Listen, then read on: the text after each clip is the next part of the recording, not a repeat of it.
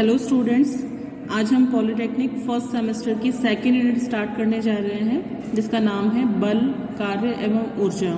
इसमें पहले हम बल के बारे में पढ़ेंगे, फिर हम कार्य के बारे में डिस्कस करेंगे और लास्ट में हम ऊर्जा के बारे में डिस्कस करेंगे।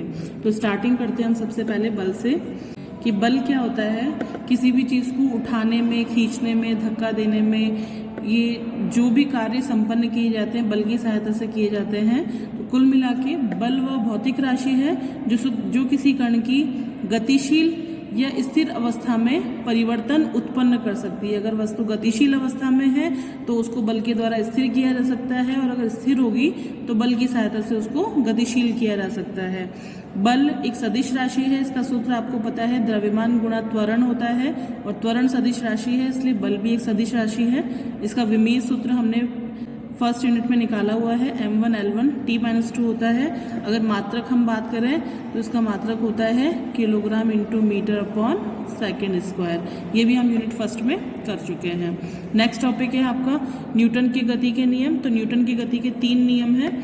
पहला नियम आपको उसकी परिभाषा देता है कि बल क्या होता है। दूसरा नियम आपको परिमाण बताता है कि बल का परिमाण क्या है। जो हम सूत्र लिखते हैं F = बल = द्रव्यमान इंटू त्वरण, वो कैसे निकला है उसके बारे में परिमाण को कैलकुलेट करेगा। और तीसरा जो नियम है वो हमेशा बल की दिशा को बताता है कि परिणामी बल किस दिशा में रहेगा। तो पहला नियम हम स्टार्ट करते हैं, न्यूटन का प्रथम नियम। इस नियम के अनुसार सरल रेखा में अगर कोई वस्तु गतिशील अवस्था में है तो वो गतिशील ही रहेगी। यदि कोई वस्तु स्थिर अवस्था में है तो वो स्थिर अवस्था में ही रहेगी जब तक कि उस पर कोई बाह्य बल आरोपित नहीं किया जाए। तो कुल मिला के यहाँ पे ये जो स्टेटमेंट है वो इसी चीज़ को कहेगा कि बल वो परिमाण है जो वस्तु की अवस्था परिवर्तन के लिए आवश्यक है। तो इसने बल को परिभाषित किया है। जो हमने इसकी परिभाषा में भी यही पढ़ा था कि किसी भी कण की गतिशील या स्थिर अवस्था में परिवर्तन जो उत्पन्न करते वही कौन है, बल।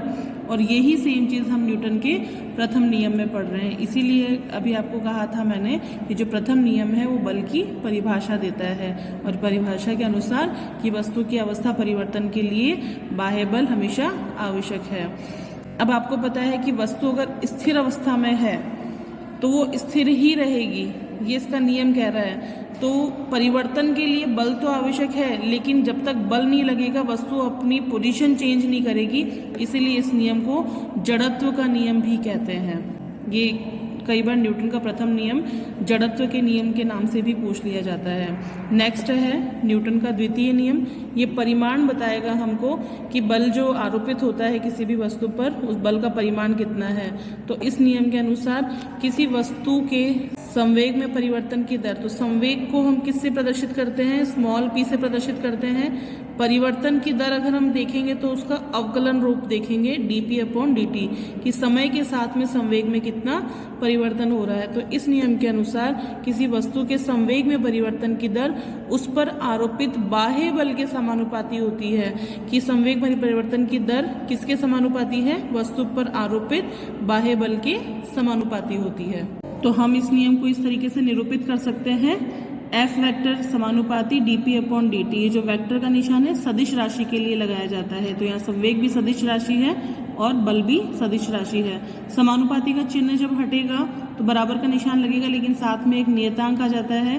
तो ये आ गया F = k dp/dt। k है, इसकी वैल्यू सभी मात्रक पद्धति में 1 होती है, तो इसको हम यहाँ से हटा देंगे, dp/dt आ जाएगा। संवेग का जो सूत्र है वो होता है द्रव्यमान इंटू वेग। संवेग का सूत्र होता है द्रव्यमान इंटू वेग। उस सूत्र का हम मान रख देंगे। तो यहाँ जब आप अवकलन के सूत्र आरोपित करते हैं तो दो पदों के गुणनफल का सूत्र लगता है, प्रथम फलन इंटू द्वितीय फलन। तो सूत्र कैसे लगाते हैं आप, प्रथम फलन इंटू द्वितीय फलन का अवकलन प्लस द्वितीय फलन इंटू प्रथम फलन का अवकलन। तो यहाँ पे प्रथम फलन m है, m को बाहर ले लिया। द्वितीय फलन कौन है, वेग, तो dv/dt आ जाएगा। प्लस में कौन आता है, मैं थोड़ा सा यहाँ पे आपको सॉल्व करके बता देती हूँ। अवकलन किया हुआ है d/dt m गुणा v। तो प्रथम फलन इंटू द्वितीय फलन का अवकलन प्लस द्वितीय फलन इंटू प्रथम फलन का अवकलन।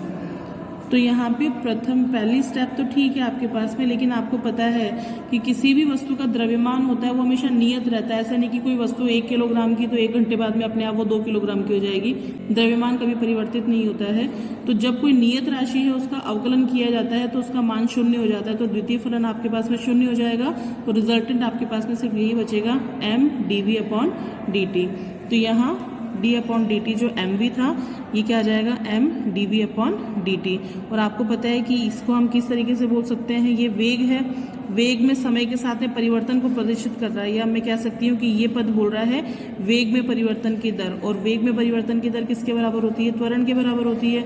तो आरोपित बल बराबर द्रव्यमान इंटू त्वरण, जो फॉर्मूला हम जनरली यूज करते हैं। तो न्यूटन की गति का द्वितीय नियम बल के परिमाण को बताता है कि जो बल होगा उसका परिमाण द्रव्यमान और त्वरण के गुणनफल के बराबर होगा। तीसरा नियम इस आरोपित बल की दिशा के बारे में बताता है कि इस नियम के अनुसार प्रत्येक क्रिया की समान परिमाण उसी परिमाण में तथा विपरीत दिशा में प्रतिक्रिया होती है। इसका एग्जाम्पल अगर हम देखें तो पानी में जब नाव को तैराया जाता है तो उस नाव को आगे बढ़ाने के लिए चाबुक से पानी को पीछे की तरफ धक्का दिया जाता है। तो आपने क्रिया की कि पानी को पीछे की तरफ धक्का दिया, उसके रिजल्ट में जो नाव है वो आगे की तरफ गतिशील हुई। तो आपकी क्रिया पीछे की तरफ रही लेकिन प्रतिक्रिया उसकी आगे की तरफ हुई। तो प्रत्येक क्रिया की समान परिमाण तथा विपरीत दिशा में उसी परिमाण में, जिस परिमाण से आपने पानी को पीछे धक्का दिया उसी परिमाण में नाव भी आगे शिफ्ट हो गई। सेम एग्जाम्पल बंदूक से जो गोली दागी जाती है वो भी एक उदाहरण है कि गोली का द्रव्यमान बहुत छोटा है, लेकिन जब उसको बंदूक से आगे फायर किया जाता है तो फायर करने की वजह से वो क्रिया हो गई कि बंदूक से जो गोली निकल रही है वो आगे की तरफ निकल रही है, लेकिन उसकी प्रतिक्रिया के रूप में आपके कंधे को जो झटका लगता है वो उसी परिमाण में लगेगा। लेकिन आपका द्रव्यमान गोली के द्रव्यमान की तुलना में बहुत ज़्यादा है, तो गोली तो किसी चीज़ को भेज जाती है और आपके कंधे पे थोड़ा सा झटका आता है। तो ये जो बल आरोपित हो रहा है गोली पर या आपके कंधे पर, उसकी दिशा को बता रहा है कि प्रत्येक क्रिया की समान परिमाण तथा विपरीत दिशा में प्रतिक्रिया होती है। नेक्स्ट टॉपिक है संवेग। संवेग आप कह सकते हैं किसी भी वस्तु की गति का मापन होता है कि कोई वस्तु कितनी अधिक गतिमान है या कितनी कम गतिमान है। संवेग किसी भी वस्तु के द्रव्यमान और वेग का गुणनफल होता है। सूत्र रूप में अगर हम देखें तो उसके द्रव्यमान और वेग का गुणनफल होता है। ये भी एक सदिश राशि है क्योंकि वेग सदिश राशि है, इसके सूत्र में आ रहा है, तो संवेग भी एक सदिश राशि है। निरूपण क्या हो जाएगा इसका, स्मॉल p = m × v, द्रव्यमान इंटू वेग, मात्रक किलोग्राम इंटू मीटर, और विमा m1 L1 t-1, जो हम प्रीवियस यूनिट में देख चुके हैं। नेक्स्ट देखते हैं हम रेखिक संवेग संरक्षण का नियम। हमें प्रूव करना है कि जो रैखिक संवेग होता है, लीनियर मोमेंटम होता है, वो कंजर्व रहता है, संरक्षित रहता है। तो उसके लिए हम स्टार्टिंग कर रहे हैं न्यूटन की गति के द्वितीय नियम से। न्यूटन की गति का द्वितीय नियम है F = dp/dt, अभी आपने किया है। संवेग संरक्षण उस स्थिति में देखा जा रहा है यहाँ पे कि कोई सिस्टम हमने ऐसा लिया है, कोई निकाय ऐसा लिया है जिस पर कि आरोपित बाह्य बल बिल्कुल शून्य हो, कि कोई बाह्य बल आरोपित ही नहीं हो रहा है। तो इस चीज़ को अगर हम समीकरण 1 में अप्लाई करते हैं यहाँ पे, तो बल का मान हमने शून्य कर दिया बराबर में dp/dt। और हमें पता है कि किसी भी नियत राशि का अवकलन हमेशा 0 होता है। तो यहाँ पे dp/dt मतलब संवेग का अवकलन 0 है, अर्थात कि p जो है वो एक नियत राशि है या नियतांक है। तो p यहाँ पे क्या था, संवेग था, तो संवेग का मान नियतांक आ रहा, मतलब कि समय के साथ में संवेग के मान में कोई परिवर्तन नहीं होगा। अर्थात बाह्य बल की अनुपस्थिति में हमने स्थिति क्या ली थी, F = 0। तो बाह्य बल की अनुपस्थिति में किसी भी कण का कुल रेखीय संवेग नियत रहता है, और इसी को हम बोलते हैं रेखीय संवेग संरक्षण का नियम, अर्थात यही रेखीय संवेग संरक्षण का नियम है।